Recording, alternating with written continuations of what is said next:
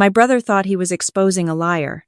Instead, when the IRS agent pulled up my federal profile and went completely still, he didn't close the laptop. He picked up his phone, stepped out of the room, and came back 11 minutes later with two people my brother had never seen before.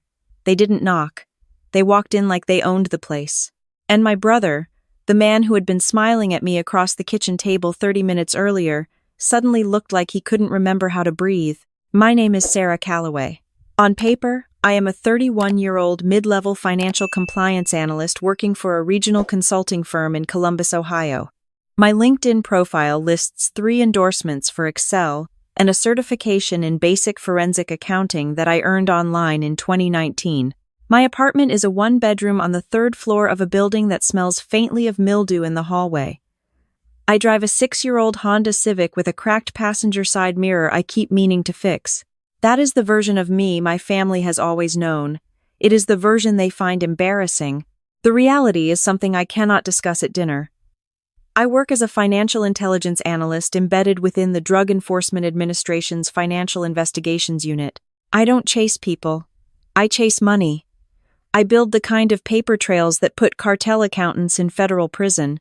The case files sitting on my encrypted hard drive involve shell companies spread across 4 continents, cryptocurrency laundering operations, and a real estate network in Miami that has been systematically washing drug proceeds through luxury condominiums for the better part of a decade. I have testified, under a protected identity, in 2 federal prosecutions. I have a supervisor I communicate with exclusively through a secure messaging system. I do not bring this up at family gatherings.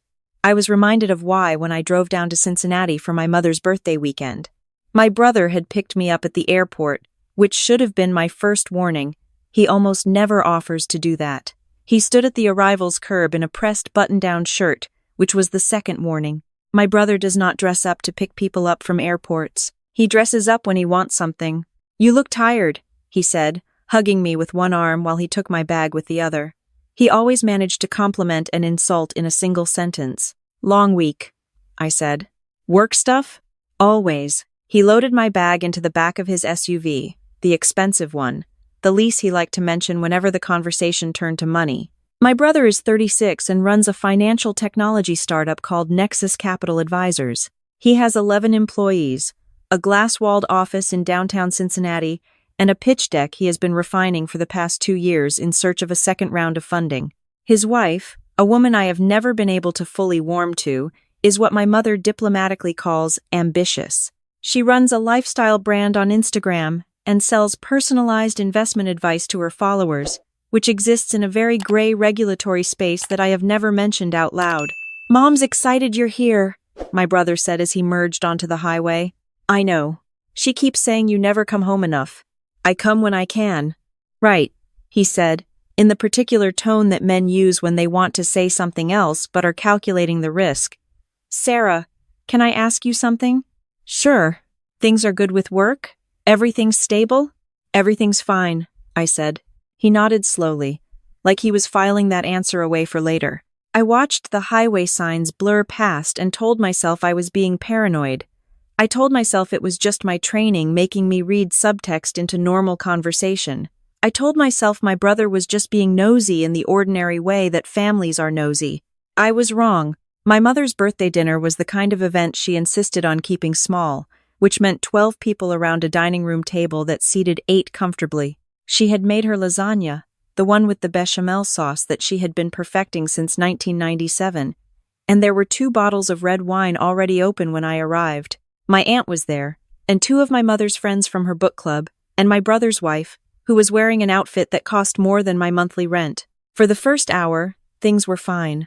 My mother told a story about her neighbor's dog. My aunt argued about a movie she had seen. I refilled glasses and answered questions about Columbus with the careful vagueness I had practiced for years. It was my brother's wife who shifted things, the way she always did, with a question that sounded like curiosity but landed like a challenge. "So Sarah," she said, tilting her wine glass in my direction, "are you still at that consulting firm, the one downtown?" "Same place," I said. "They treat you well?" "I can't complain. It's just," she said, glancing at my brother with the specific look that married people use when they have already rehearsed a conversation. You seem to travel a lot for a mid-level position. I checked your firm's website last month, and they don't really have a travel-heavy practice, mostly local business advisory work. The table went slightly quieter. My mother's friend from book club pretended to be very interested in her lasagna. Client work takes me places, I said. My voice was level. Right, my brother said. He set down his fork. Okay, look, I wasn't going to bring this up tonight, but since we're talking about it, we're not talking about it, I said. Sarah. He leaned forward. I'm your brother. I'm allowed to be concerned. Concerned about what exactly? About the fact that you make $48,000 a year and you've been on 7 flights in the last 4 months? The room went very still. My mother looked between us with the exhausted expression of a woman who has been refereeing this dynamic for 3 decades. How do you know how many flights I've been on? I asked. You posted 3 of them on Instagram, my brother said. And Mom mentioned the others.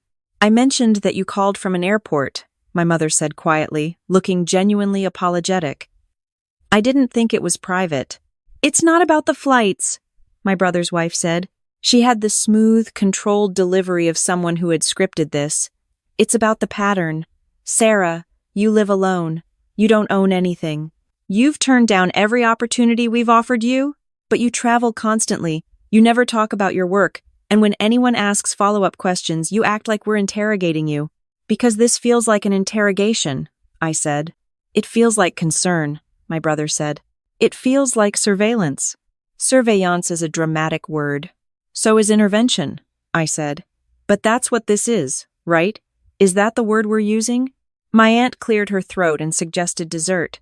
The conversation moved on, but it didn't go away. It just went underground, the way dangerous things do when they're not ready to surface yet. That night I lay in my childhood bedroom listening to the house settle and told myself it was nothing. I told myself my brother was controlling, and his wife was nosy, and this was a pattern as old as our relationship. I had spent my adult life being the family's cautionary tale, the daughter who didn't take the business opportunities, the sister who didn't accept the investment advice, the woman who insisted on living her own life in a city 3 hours away and wouldn't explain herself. I drove back to Columbus Sunday afternoon with a knotted feeling between my shoulders that I couldn't shake for 3 days. Then my supervisor called me on the secure line. We picked up a flag, she said. There was no greeting. There never was. Someone ran a credit inquiry on your civilian identity last Tuesday. It came back clean, but the system flagged the request because the source was a private investigation firm. How private? I asked. Small operation out of Kentucky.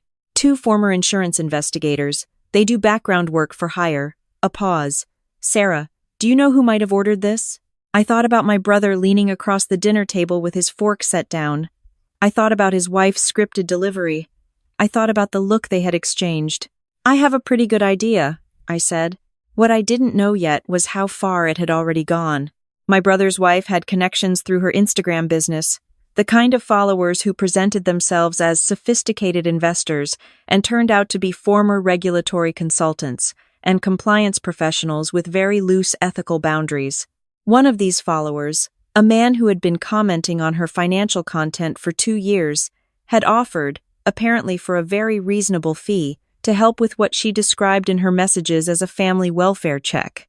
I know this because it came out later. All of it came out. The private investigators ran my civilian profile and found almost nothing because my civilian profile is designed to find almost nothing. No unusual assets, no unexplained income, no foreign contacts. A woman who lives simply and works quietly and has a gym membership she doesn't use enough. For most people, that report would have closed the matter. But for my brother, the absence of information was itself suspicious. A conversation that his wife had shared with the private investigator, a conversation I later read in a deposition, included the line, "If there's nothing there, then she's hiding it better than we thought." They decided to go official. My brother believed, because he worked in financial services and knew people who knew people, that he understood how regulatory machinery worked. He believed that a well-placed tip to the right agency would trigger a routine audit that would either expose whatever I was hiding or embarrass me enough to finally be honest with the family. He was aiming for humiliation, He thought the worst possible outcome was that I would have to come to him and admit that I was in some kind of financial trouble and needed help. He filed a report with the IRS whistleblower office on a Thursday morning. His wife helped him write it. She had experience writing things that sounded professional and credible, and she applied that skill here. They alleged that I had unreported income inconsistent with my stated salary, unusual travel patterns suggesting undisclosed business activities, and possible involvement in financial arrangements that circumvented proper reporting channels. They used the right terminology. They cited specific provisions of the tax code. They made it sound like a responsible citizen doing their civic duty.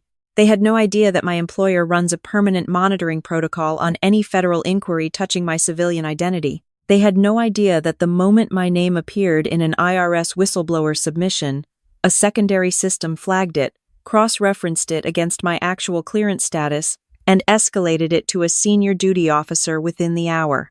They thought they were sending a letter to a school principal. They had actually just walked into a federal building and pulled a fire alarm. I didn't find out the full chain of events until 2 weeks later, when my supervisor told me a field team would be conducting a response visit. I asked where. She told me. I asked why my family's home address was involved. She explained that the IRS had formally initiated a contact inquiry to resolve the flag, which under normal circumstances would go through standard channels. But because my file carried a restricted access designation, the inquiry had been routed through a coordinating office. The agent assigned to conduct the interview had pulled the full packet, seen the restricted notation, and done exactly what he was supposed to do. He had called his supervisor had called someone else, and now a woman named Patricia Morse, who held a senior position in a financial crimes coordination unit I'm not going to name by agency, was going to be in my brother's kitchen on a Tuesday morning. I was also going to be there. My brother opened his front door looking exactly like a man who had planned this. He was wearing the button down again. His wife was standing slightly behind him with the expression of someone who had rehearsed for a confrontation and was ready to win it. They had even made coffee. The IRS agent arrived at 9:15. His name was Agent Kellner. He was a compact, businesslike man in his mid-50s who carried his briefcase like it was a weapon he had used many times before. He accepted a cup of coffee and sat at the kitchen table and explained that he was there to conduct a standard follow-up regarding a whistleblower submission referencing Sarah Calloway, taxpayer identification number on file. "We appreciate you coming," my brother said. He actually said that. "We appreciate you coming," like he had ordered a service. "Of course," Kellner said. He looked at me briefly. "Miss Calloway, I want to confirm for the record that you are present voluntarily and have been informed this is a preliminary inquiry." "I've been informed," I said. "Good." He opened his briefcase. "I'll start with some basic questions about your employment situation and then we can—" "Before you do," my brother said, leaning forward with his hands flat on the table, "I want to say that this isn't personal. This is about making sure everything is legitimate. We're not trying to get Sarah in trouble. We just think there are some inconsistencies that deserve a second look." "I understand," Kellner said neutrally, "because she travels more than her salary should allow, and she's never fully explained where her income comes from." "I've explained it plenty of times," I said. "You just don't believe me." "Sarah," my brother's wife put her hand over her husband's, "this isn't an attack. This is what families do when they're worried." I looked at Kellner. He was watching this domestic theater with the patience of a man who had seen it many times before. He had his notepad out. He was writing something down, which was either a note about the inquiry or a private commentary on how strange civilians were. Either seemed plausible. "Miss Calloway," Kellner said, redirecting, "your stated employer is listed as Clearfield Consulting Associates, based in Columbus. Is that correct?" "That's correct." "And your position there?" "Financial compliance analyst." "And your compensation is consistent with what you filed on your federal returns?" "It is." He nodded. He wrote something. He flipped a page in his file. He paused. The pause lasted about 4 seconds. Then he flipped another page. This page was different from the others. I could see, from where I was sitting, that the paper stock was heavier. I could see the edge of a color I recognized. Kellner went very still. My brother leaned forward slightly, reading the shift in the room. "Is something wrong?" Kellner did not answer. He read the page slowly. He read it again. He turned to the second sheet attached to it. His expression did not change exactly, but something in his posture did. He sat up straighter. His hand, which had been resting loosely on the table, moved to his briefcase. "I need to make a phone call," Kellner said. "Of course," my brother said. "Is it something in the file?" "I'll be 5 minutes." Kellner stood up, closed the file, and walked out of the kitchen through the back door into the small yard. My brother watched him go and then turned to me with a triumphant expression.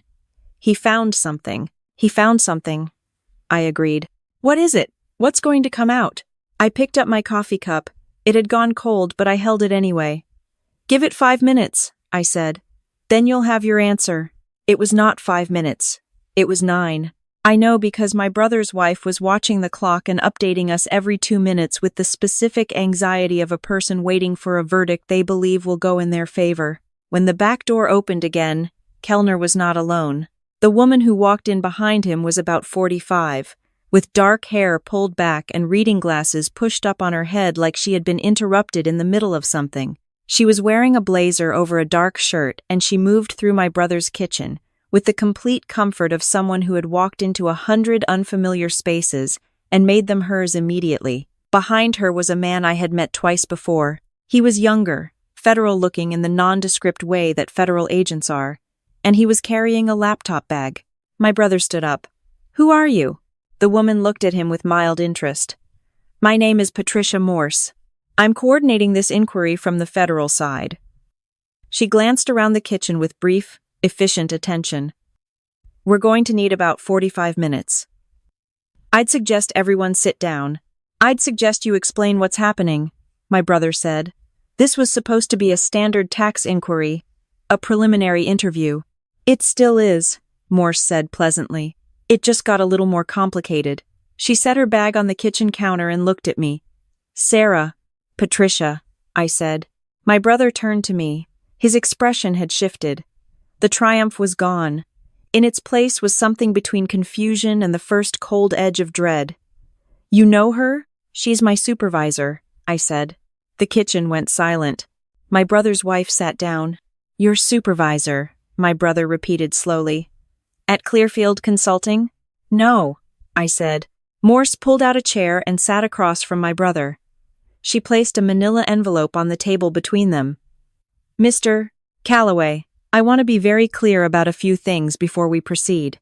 The report you filed with the IRS Whistleblower Office was received and processed according to standard procedure. You followed the correct steps. There's nothing wrong with what you did mechanically." She folded her hands. "The problem is that the subject of your report is not who you believe her to be." "She's my sister," he said. "She is," Morse agreed. "She is also a federal analyst working under a protected employment cover. The civilian identity and employer you identified are both legitimate documentation designed to support an operational profile." She slid the envelope toward him. "What you filed triggered a security flag at a level that required my office to respond directly. This is not an audit. This is a containment protocol." My brother stared at the envelope. He didn't open it. "A containment protocol?" he repeated. "That is correct." "Containing what?" "The potential exposure of a protected identity," Morse said, "which is what happens when someone runs a private investigation on a federal operative and then files a formal complaint with a government agency." She looked at him evenly. "Your report, combined with the private inquiry you commissioned 2 weeks earlier, created what we call an attack surface. You publicly questioned the legitimacy of a cover identity. That information is now in a whistleblower database that has a broader access log than you might expect." My brother looked at me. I looked back at him. "I didn't know," he said. "I understand that," Morse said. "But here's what I need you to understand. The private investigation firm you hired, which you paid through your business account, by the way, accessed certain databases using methods that are not fully compliant with the Fair Credit Reporting Act. That access created a traceable inquiry chain that is now part of our review. Your business account paid for that service. Your business is registered as a financial advisory firm. The regulatory implications of that association are something you're going to want to discuss with an attorney." "Regulatory implications," he said slowly. "Nexus Capital Advisors is registered with FINRA, the other agent said from the corner. He had opened his laptop. Your current registration includes a clean background disclosure. Using a firm credit card to fund a potentially illegal background investigation of a federal employee is a reportable event under your registration obligations. I didn't know she was a federal employee, my brother said. His voice had lost all its confidence. He sounded like a man solving a math problem in real time and arriving at a number he didn't want. That's going to be part of the record, Morse said. The not knowing. She paused. Your wife's involvement is also going to need to be documented. The messages she exchanged with the investigator were forwarded to our office this morning as part of the standard evidence pull. There's a line in one of them that I want to give you the opportunity to explain. My brother's wife, who had not spoken since Morse walked in, looked up. Her face was the color of old newspaper. Which line? She asked.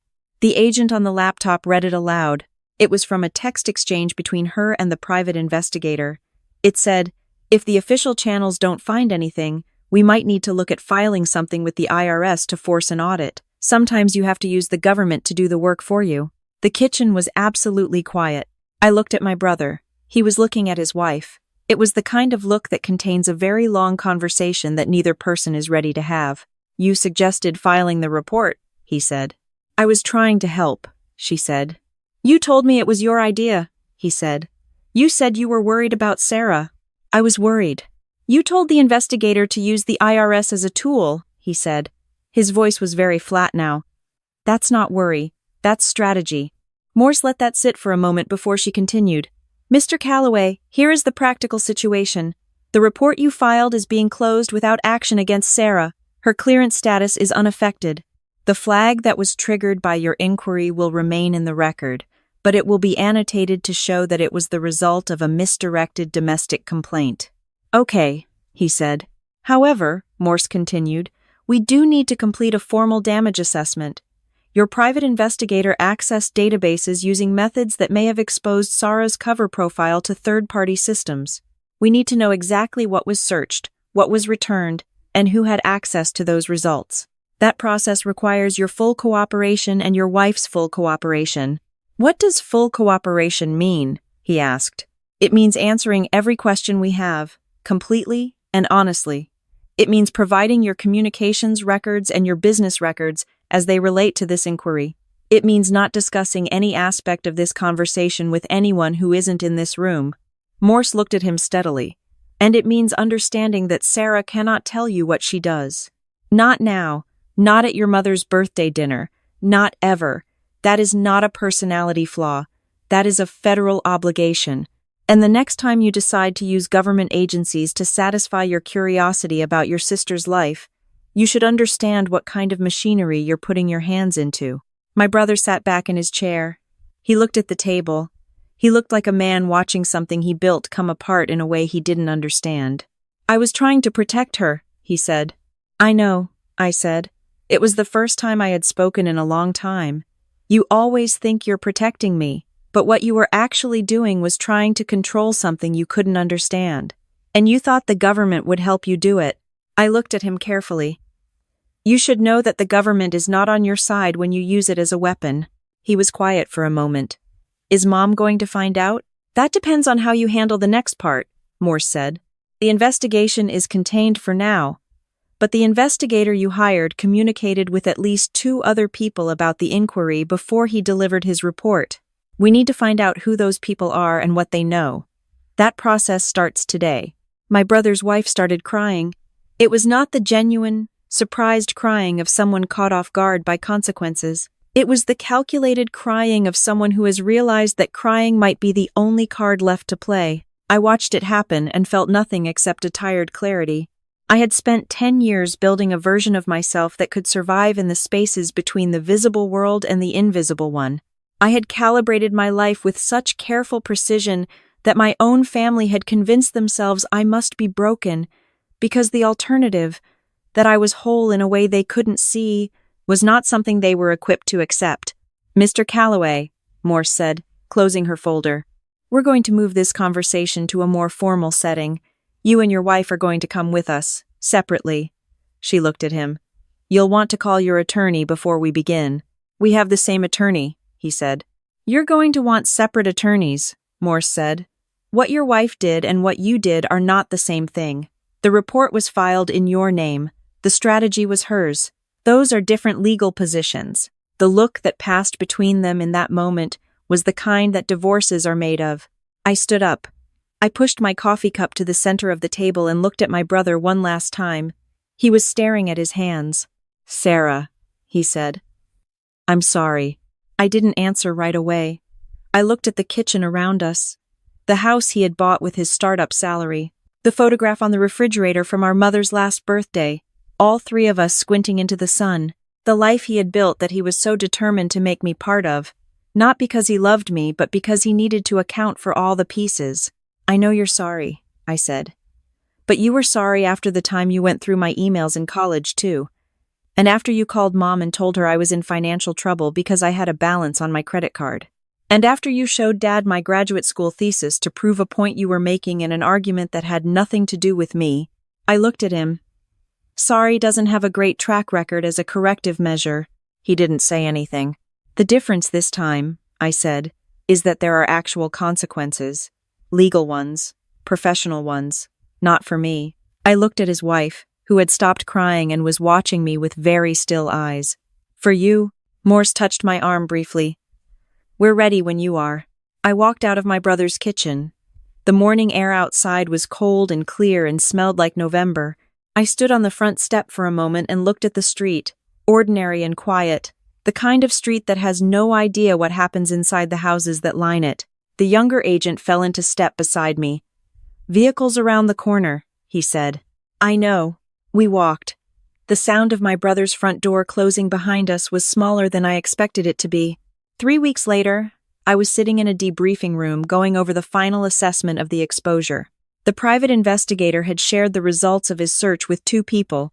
One was my brother's wife. One was a former colleague of hers who worked in a competing financial advisory firm and had no connection to anything sensitive. The leak was shallow. The damage was contained. My cover, with some modifications to the documentation, was intact. My brother's FINRA registration triggered a voluntary disclosure review. His attorney filed the paperwork. It would take several months to resolve and would likely result in a formal notation on his record. Nothing that destroyed his business. Enough to matter. His wife retained a separate attorney the same afternoon. Morse separated them in the debriefing. I heard, through my mother, who heard through my aunt, that they were having what were called serious conversations about the marriage. I didn't ask for more detail. My mother called me on a Thursday evening when I was making dinner. She didn't know the specifics of what had happened. She knew there had been some kind of incident involving my brother and some kind of federal matter, and that no one was explaining anything clearly, which was making her anxiety quietly catastrophic in the way that only mothers can sustain. "I just want to know you're okay," she said. "I'm okay," I said. "Your brother feels terrible." "I know. He says he was trying to help." "I know that too." She was quiet for a moment. "Sarah, I know you can't tell me things. I've always known that, even when you couldn't say it out loud. I'm your mother. I can read the shape of what you're not saying." Her voice was careful and a little sad. "I've never needed to know the details. I just needed to know you were safe." "I'm safe," I said. "Good," she said. And then, quietly, "Whatever it is you're doing out there, I'm proud of you." I sat with that for a long time after we hung up. There is a particular kind of loneliness in doing necessary work that no one can see. You build something invisible. You protect people who will never know your name. You make choices that cost you, and you make them again, and you learn to find the meaning in the math of it rather than in any recognition that will ever come back to you. My family wanted to see me. They wanted the version of me that fit into their picture. They wanted explanations they could post on Instagram and file in the right column on a spreadsheet. What I do doesn't fit on a spreadsheet. What I do saves people. Not always dramatically, not in the way that shows up on the news. Mostly it shows up as a wire transfer that gets frozen, a real estate deal that quietly collapses, money that doesn't reach the people who intended to use it for things that would have hurt someone, somewhere, who was just going about their life the same as anyone else. I can't tell my brother that. I can't tell my mother. I can't hang it on my wall or put it on LinkedIn or bring it to a birthday dinner as proof that I'm doing something worth doing. But I know. and the people I work with know. And on the days when that's not enough, I remind myself that every morning I get up and do this again is a choice I made freely, for reasons that are mine, in a life that belongs to no one but me. That's more than most people get. That's everything.